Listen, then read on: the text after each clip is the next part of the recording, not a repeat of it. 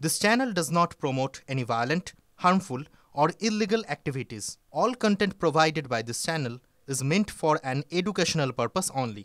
Top quality और consistent performance के लिए सिर्फ सिल्वर पंप नाम याद रखना। দা আপনি নরেন্দ্র মোদীর পাশে থাকুন, মমতা বন্দ্যোপাধ্যায়ের পাশে থাকুন, আমজনতা কিন্তু এখনো সেলফি তুলছে, তাদের কিন্তু এসব হেলদোল নেই। দেখুন, জানে কে কিসের জন্য রাজনীতি করে, কে কেমন লোক, তো মানুষ তার সঙ্গেই সেলফি তুলবে, তাকেই পছন্দ করবে যার উপর মানুষের ভরসা আছে, বিশ্বাস আছে। সেই জন্য লোকে আমার কাছে আসে। আর সারা খালি বিজেপির লোক বা সাধারণ লোক নয়, টিএমসির লোকও আছে যারা আমার ভোটার নয়, বিরোধী, তারাও আমার সঙ্গে সেলফি তোলে। আর আমি এভাবে লোকের সঙ্গে মিশি। আপনার উত্তরসূরি তথাগত রায় আপনার এই গতি প্রকৃতি নিয়ে একটা প্রশ্ন তুলেছে।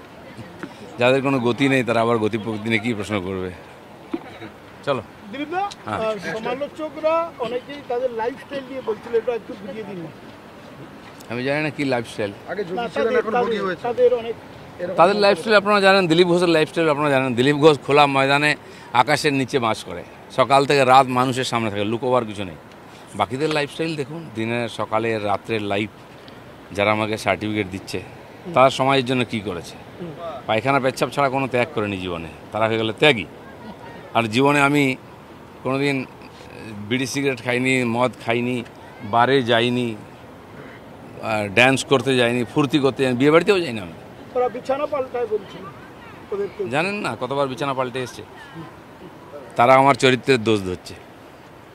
দিলীপদা, আপনি তো একবারে স্টেট ব্যাটে সবসময় খেলেন, হ্যাঁ, খড়গপুর থেকে শুরু করে আমাদের তমলুক সব জায়গাতেই দেখেছি আপনাকে একসময়। সেই জন্য লোকে আমাকে ভরসা করে। আমার দীঘা থেকে সেটাই শুরু হলো, দীঘাতেই। না, আমি যেটা বলি পরিষ্কার করে বলি, আমার লাইফস্টাইলও তলোয়ারের মতো পরিষ্কার। কারো তামেদারি করি না, কাউকে তেল মারি না, কারোর কাছে কোনো সাহায্য চাই না।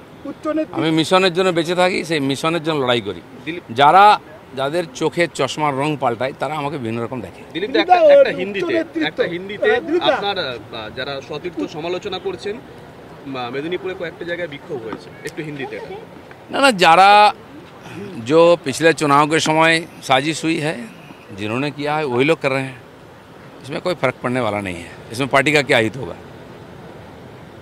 दिलीप घोष ने 77 एमएलए दे के गया था, कितने बचा है?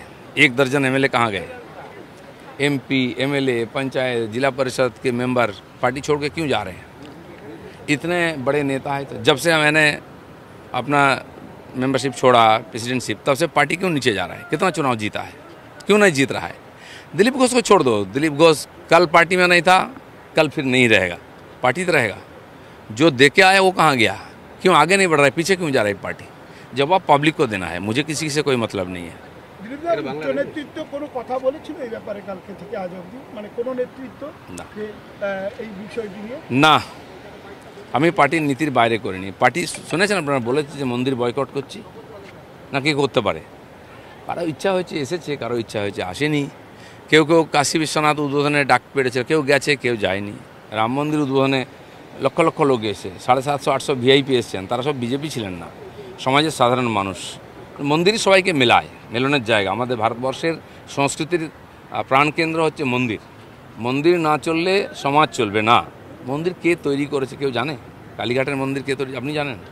তারকেশ্বরের মন্দির কে করেছে আপনারা জানেন? রামেশ্বরের মন্দির কে করেছে জানেন না, কিন্তু আমরা সবাই যাই। ভগবান আছেন, ওটা ভগবানের মন্দির, কারো ব্যক্তিগত মন্দির নয়। আর এটা তো পাবলিকের পয়সা হয়েছে। দিলীপ ঘোষেরও পয়সা আছে, ওতে ট্যাক্সের পয়সা আছে, সেটা আমার আসার অধিকার আছে। ধন্যবাদ সরকারকে, আমাকে ডেকেছিল, আমি আসলাম, নাহলে পরে আসতাম। মুখ্যমন্ত্রী কেমন আহ্বান করলেন আপনাকে? মুখ্যমন্ত্রীর যখনই কথা হয় সম্মানের সঙ্গে, সৌজন্যের কথা, আমি ওনার স্বাস্থ্যের খোঁজ নিই, উনি আমার স্বাস্থ্যের খোঁজ নেন। আজ সস্ত্রীকে এসেছিলাম বলে উনি ডাকলেন, বসলাম, সৌজন্য বিনিময়।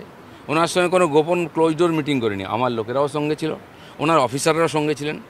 আর এই সৌজন্য সাক্ষাৎকার হয়। বহু লোক ক্লোজ ডোর মিটিং করে, চিরকুট পাঠায়, গোপনে ফোন করে। দিলীপ ঘোষকে এসব করতে হয় না। আপনাকে ঘিরে উচ্ছ্বাস দেখলাম পুরো মন্দির জুড়ে, মানে কালকে গতকাল ভীষণ উচ্ছ্বাস। সাধারণ মানুষের উচ্ছ্বাস আছে দিলীপ ঘোষকে নিয়ে। তারা জানে দিলীপ ঘোষ কী মানুষের জন্য করেছে, কারোর কাছ থেকে 1 পয়সা নেয়নি, নেবেও না কোনোদিন। আমি ভিক্ষা করে খাই, লোকের বাড়ি গিয়ে খাই। লোক জানে আমি 40-42 বছর ধরে সমাজে কাজ করছি, সব ছেড়ে। আজ বয়স হয়েছে, আমারও মনে হয়েছে সমাজের বোঝা হব না, আমি পার্টিরও বোঝা হব না। তাই সারা জীবন যা পয়সা ইনকাম করেছি, একটা বাড়ি করেছি, আর একজন জীবনসঙ্গিনী যিনি নিজে ইনকাম করে স্বাবলম্বী, তিনি আমার সঙ্গিনী হতে চেয়েছেন, আমি ওর বোঝা হব না, ও আমার বোঝা হবে না। তাই জীবনে বিয়ে করেছি, বাকি জীবনটা যাতে কষ্টে না কাটাতে হয়। দিলীপ দা, এটা একটু বাংলায় বলে দিন, 77টা এমএলএ রেখে গেছিলেন, যেটা হিন্দিতে বললেন। না দেখুন, যারা দিলীপ ঘোষকে বিজেপি শেখাচ্ছে, ডিসিপ্লিন শেখাচ্ছে, হিন্দুত্ব শেখাচ্ছে, তাদের 5-10 বছরের আগের ইতিহাস দেখুন। তারা হিন্দুত্বের জন্য কী করেছে, বিজেপির জন্য কী করেছে, দেশের জন্য কী করেছে।